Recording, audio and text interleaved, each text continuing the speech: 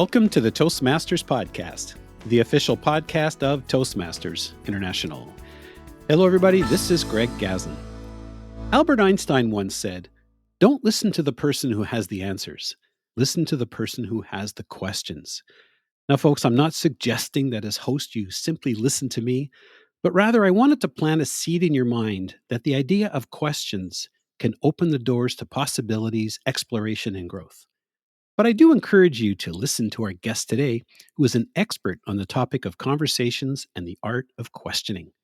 She is Dr. Alison Wood Brooks, and Dr. Brooks is the O'Brien Associate Professor of Business Administration and Hellman Faculty Fellow at the Harvard Business School. She's a behavioral scientist and a leading expert on the science of conversation.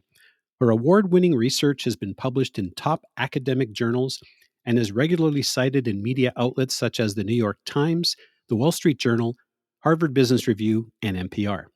Her research was referenced in 2 of the top 10 most viewed TED Talks of all time and depicted in Pixar's Inside Out 2.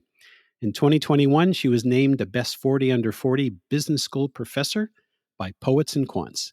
She also recently published her first book, Talk, The Science of Conversation and the Art of Being Ourselves. Her article on the topic of asking more and better questions will be featured in a forthcoming issue in the Toastmaster magazine. Alison Wood Brooks, welcome to the Toastmasters Podcast. Hi, Greg. How you doing? I am doing great. Alison, I really enjoyed your book. I found it quite refreshing. At first, when I saw, she's from Harvard, the subtitle is Science of Conversation, but I love that you approach the book in a non-scientific way. And you also took the art of public speaking and framed it around the topic of conversation. And of course, any book that makes references to Carrie Fisher, Princess Leia, Harrison Ford, and Star Wars, well, it's got to be good. I'm so glad you got past the intimidating exterior of Harvard and science and got into the jokey tone of the book. It was great. So, Alison, just to kick us off, could you please give us a quick snapshot as to what the book is about and who is it for? Yeah.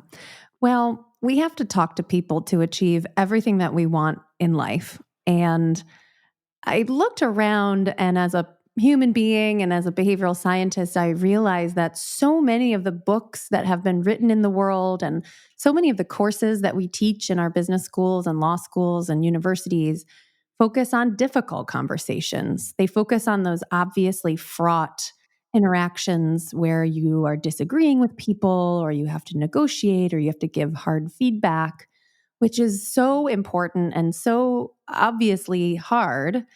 But what I realized is there was not as much discourse about the kinds of conversations that we all have all day long. And for me, I realized, well, I'm not having hard driving negotiations very often. And I'm really not getting in fights with people very often, but I do talk to people all day long, every day. And some of those conversations go a lot better than others. And I see conversations going a lot better for some people than for others. So let's figure out how we can help everybody do conversation better, not just the obviously difficult ones, but also the easy ones that we all have to have all day long with the people we love. It's certainly a fascinating topic, but I'm curious, your interest, was it something perhaps you struggled with at one point in your life? You know what? I think all people have strengths and weaknesses when it comes to conversation, and myself included. I had a unique life in the sense that I am an identical twin.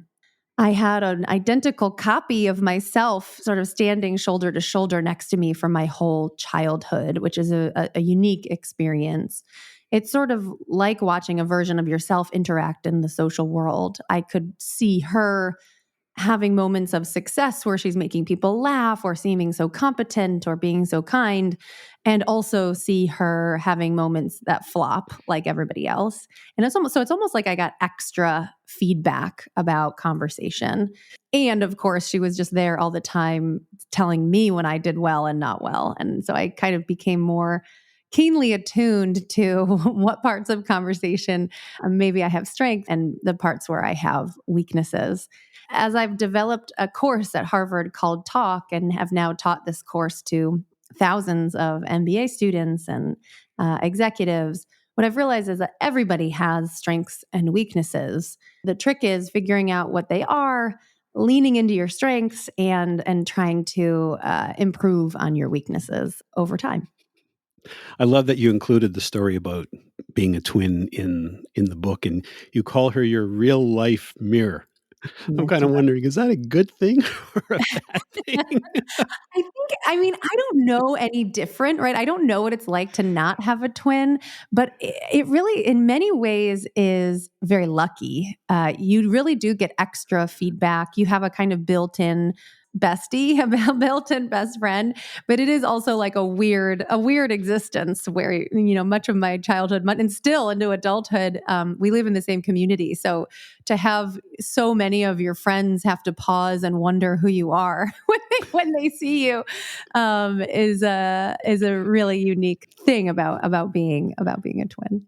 I can imagine as you were younger, you probably did a lot of the things the same, but as you got older and you developed your own personalities, that's where you probably saw many of the differences. We do all kinds of things to differentiate ourselves. It's funny. It's such a fascinating study in similarity and difference. When we were little, we would both played in the orchestra, but she played the flute and I played the oboe. Or we both played on the basketball team, but she specialized in three-pointers and I preferred mid-range jump shots.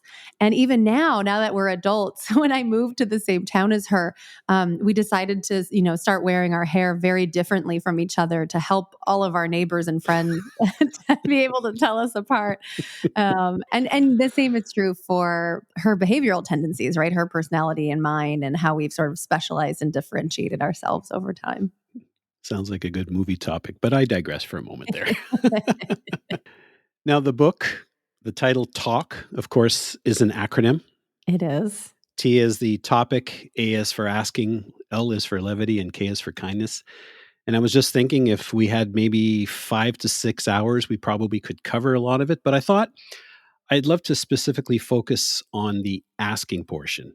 Now, of Mm. course, a little bit has to do with the fact that perhaps I'm a podcast host, and as an interviewer and a columnist, I'm always curious to find better ways of asking questions. So I'd like to focus on that particular area, if that's okay. I will allow it. Yes. No, asking is one of my favorite parts of the book and the acronym too. So, in the context of conversation in the book, you share that there's typically four types of questions. Could you maybe briefly go through those and highlight them just a little for us? Yeah, as a scientist, there are a million ways to slice and dice question types. You could imagine, and we all sort of intuitively know some of them. We hear about open-ended versus closed questions. We hear about follow-up questions. In my research and in the book, we focus on four very common question types. The reason we zoom in on these four types is because they are based on what has happened before them in the conversation and what comes after them. And so these questions are not just sort of sitting there statically. They're actually doing things. They're sort of directing traffic as you move through a conversation. The first type are introductory questions. They occur most commonly at the beginning of a conversation. Questions like, hi, how are you? Where are you from? How are you feeling? What's new? And then they decay quite quickly over the course of the conversation. More to break the ice, right? Break the ice, exactly, in that sort of small talky zone of the conversation. And then you have topic switching questions. These are questions that help to change the topic entirely. When they happen because they come out of nowhere and feel like a shift. So all of a sudden I could say to you, well, Greg, what do you think about living in Canada? And all of a sudden we're going to go off in a new pasture, a new world where we start talking about a completely new topic. Topic switching I find is fascinating. It's great perhaps when maybe a topic is not interesting or maybe it's starting to dwindle, but someone might find that topic switching a little disrespectful, but in your book you say that's not the case. Yeah, on average, people are too hesitant to switch topics. Let me bring some data to this. We have a really big data set of about 40,000 conversations where at the end of 30 minutes between people who know each other, 30-minute conversations. And at the end you say, do you feel like you talked about the right number of topics? And about 60% of people say, yeah, I think we covered the right amount of topics. But among the 40% who say, no, I'm dissatisfied with the number of topics that we covered, 30% of them say they didn't cover enough. And only 10% say that they moved too quickly across topics. If we don't cover the right number of topics, we're much more likely to sort of stagnate and stay too long on a topic rather than switching too quickly.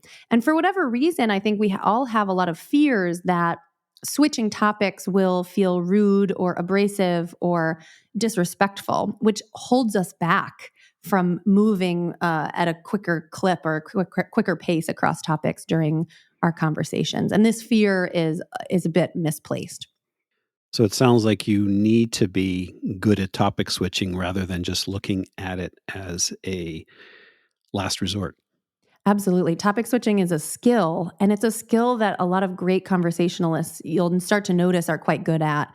It's these little moments of courage where you say, okay, I can tell that this topic is starting to run out of juice. And you can tell with very clear signs. So longer mutual pauses. You start to laugh uncomfortably. People will often start to repeat things they've already said on the topic. There are very clear signs that it's time to move somewhere else. And good conversationalists will do that assertively.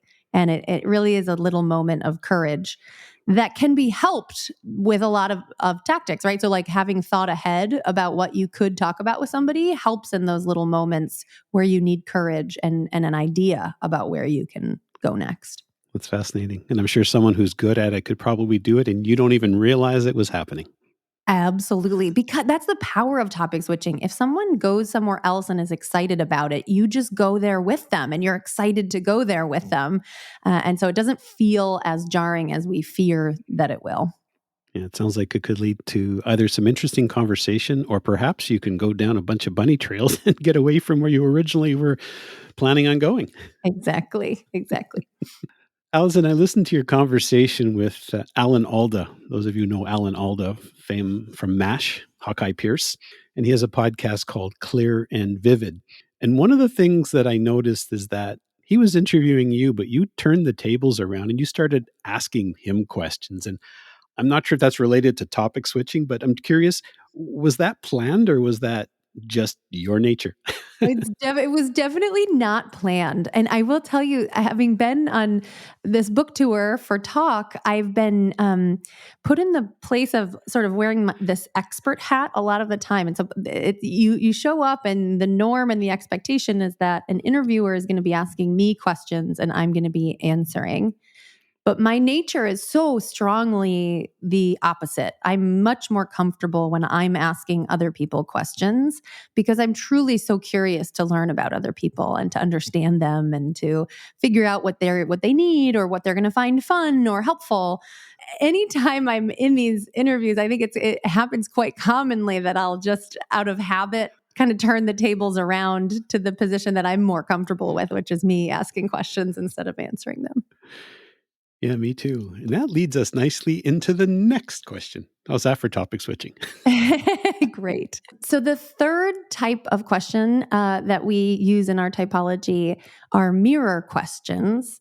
This would be like me saying, Greg, how was your weekend?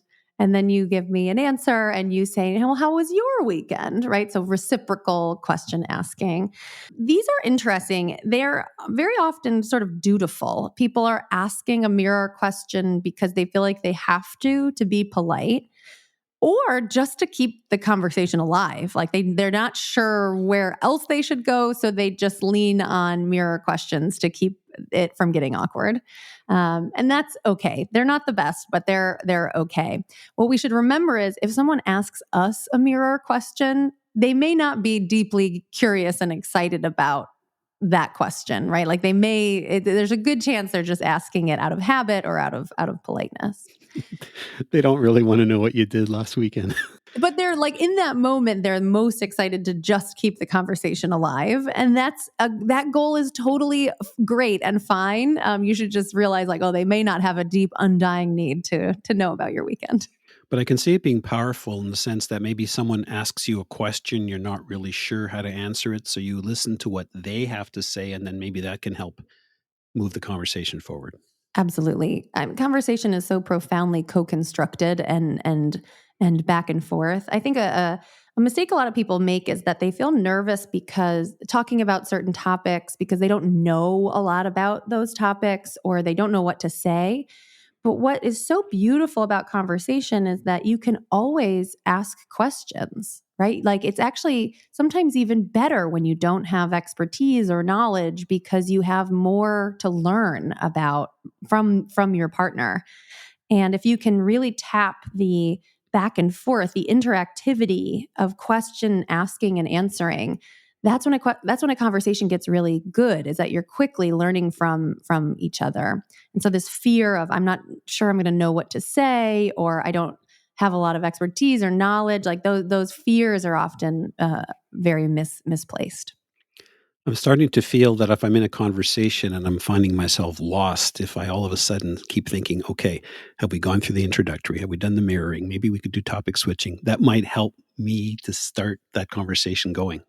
Yeah, sure. Yeah. I mean, just what we find in our research is just having a mindset of ask more and not even diving into the types, just saying, I need to ask more questions. Number one, people can do it. It's feasible. So that's very exciting, especially among the sort of chaotic coordination game of conversation. Being able to hold that mindset and actually execute it is a big accomplishment. And having that mindset does lead people to ask good, better questions. So not just ask more, but ask better questions. In our research, we find that if you go in with this mindset of, I just need to ask more questions, it tends to lead people to ask more follow-up questions, which is the fourth question type.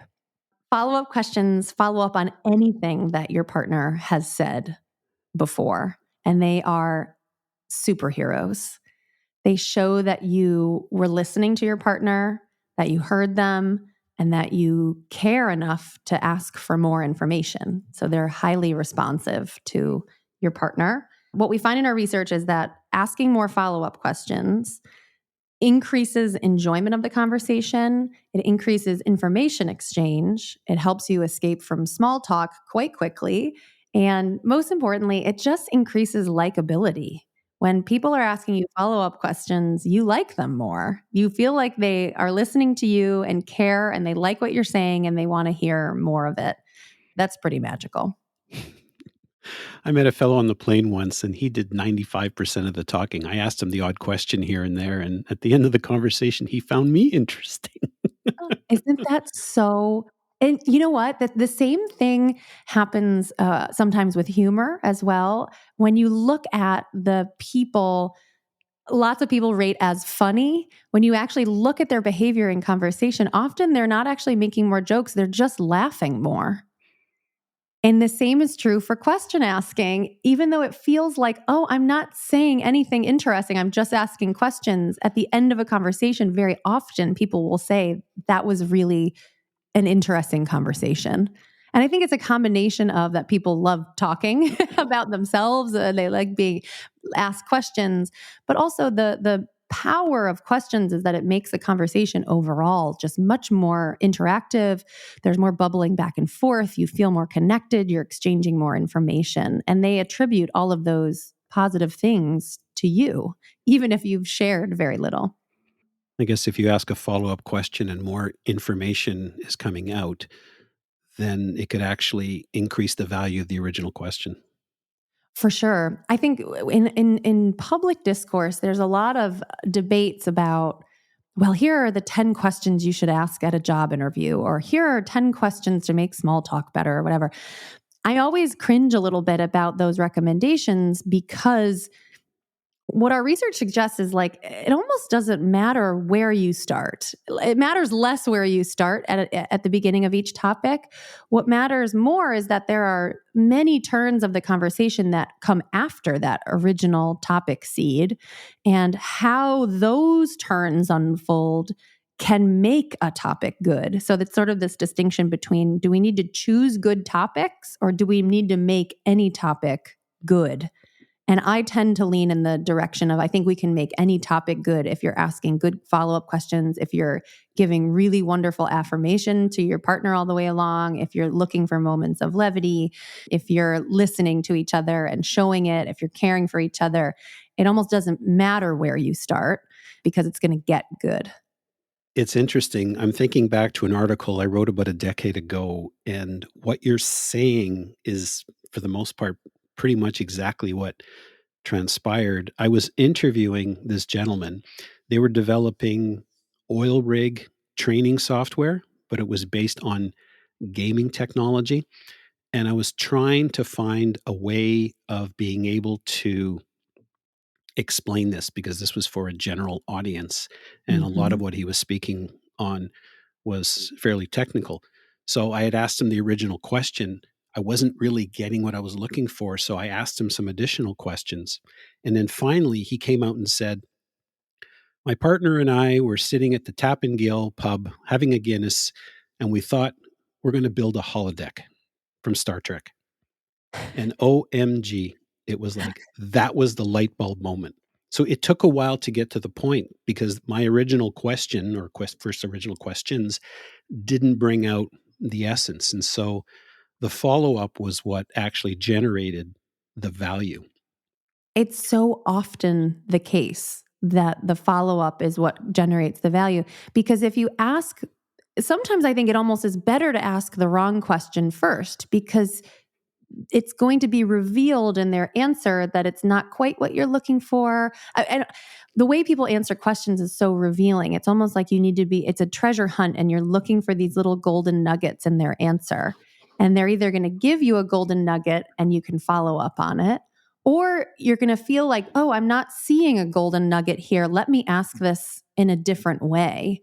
But either way, it's very instructive to you about where the conversation needs to go next. And unfortunately, most people stop at question number one, and they aren't really doing that treasure hunt. And they're not really looking for the golden nuggets or keeping their finger on the sort of emotional temperature of their partner's answer. And so they fail to ask even one follow-up question, which is sort of the step that's needed to really get to the most treasure.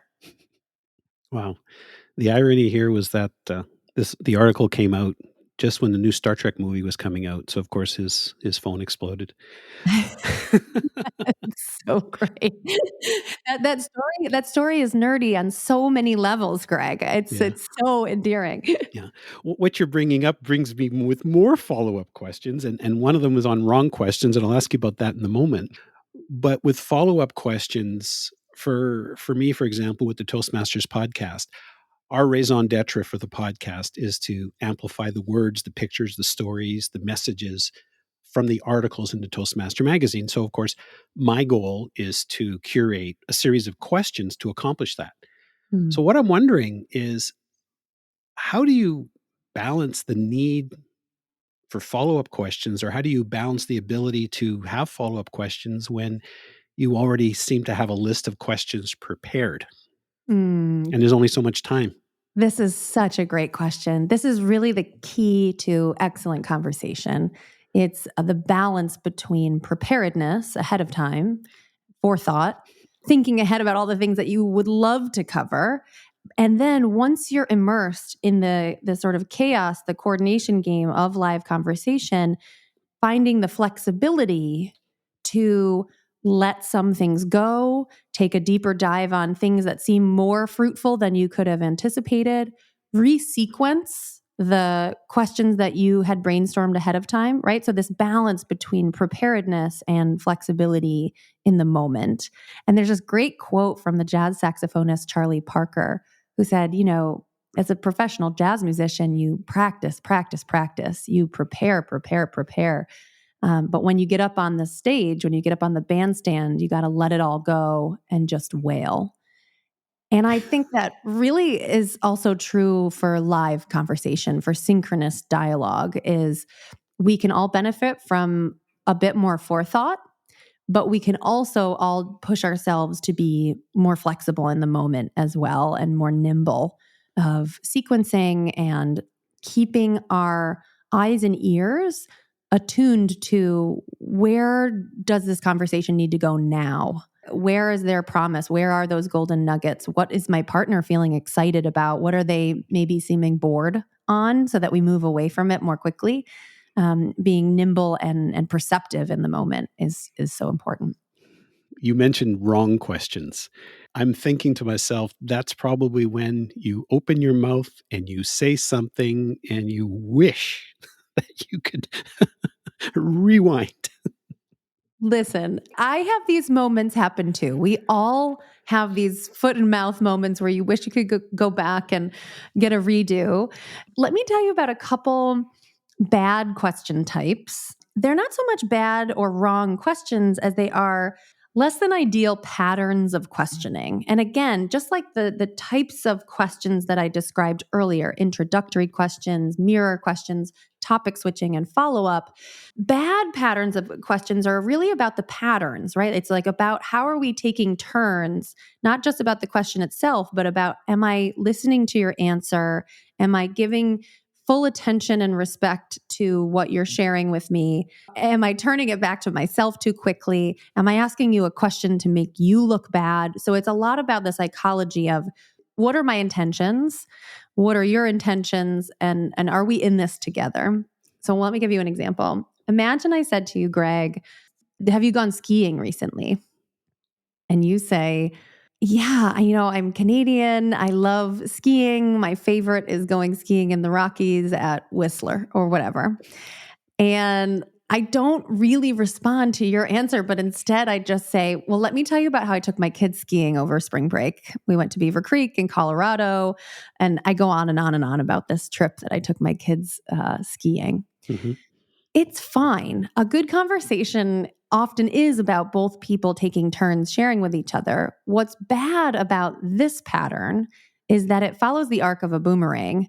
It's like, I've tossed out the boomerang, I've asked a question, I let you answer, but then it comes right back to me immediately before I've even acknowledged or affirmed or responded to this thing that you've shared about yourself. My research colleagues and I call this habit boomerasking. Boomerasking. Like the arc of a boomerang. It's very common. It happens because we have very egocentric tendencies. Our brains, the human mind was built to be self-centered, mostly for survival. And because we have perfect knowledge of our own perspective, of our own lived experience, of our beliefs, and we only have limited access into other people's perspectives. And so, of course, it feels like we have lots to say and lots to tell other people. The mistake is that if someone else shares almost anything with you about themselves, you have to acknowledge it. You have to show them that you heard them, that you cared about what they shared, that you're interested in it before you turn the conversation back to yourself. So we should all be avoiding boomerasking. So, Alison, on the topic of wrong questions, have you ever asked a wrong question or have been asked a wrong question? And how did you find your way out of it? Oh, what? Of course. Well, even the phrase wrong question has this sort of presumption that there are right questions and wrong questions, or good questions and bad ones. So much of what makes questions good or bad lives in the mind of the people who are talking to each other, right? Like questions that they're excited to answer or not excited to answer, questions that have an assumption built into them that are flattering, or an assumption built into them that are hurtful, right? So there's all kinds of things that can go right and wrong with question asking. I have 3 kids, which means I've experienced the game of being pregnant 3 times. With 3 kids, it's a lot of months of pregnancy to watch other people sort of dance around this "are you pregnant?" question. And I think early on in a pregnancy, people are nervous to ask, "Are you pregnant?" As you get bigger and bigger and towards the end of your pregnancy, they feel nervous to not ask. Like it's awkward if they don't talk about it. And so within a 9-month time horizon, you can see people's fears morph over time.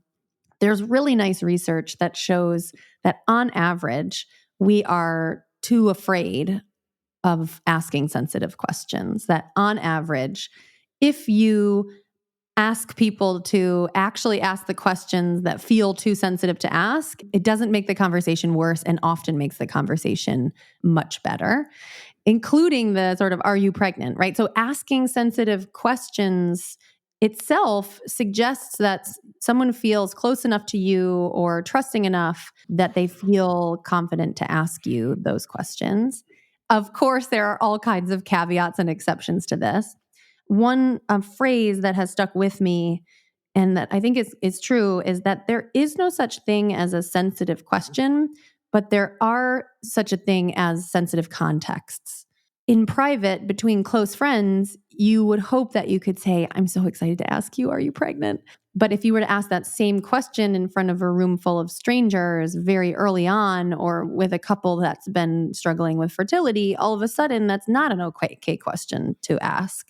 And so again, it's just a phrase that I find very helpful.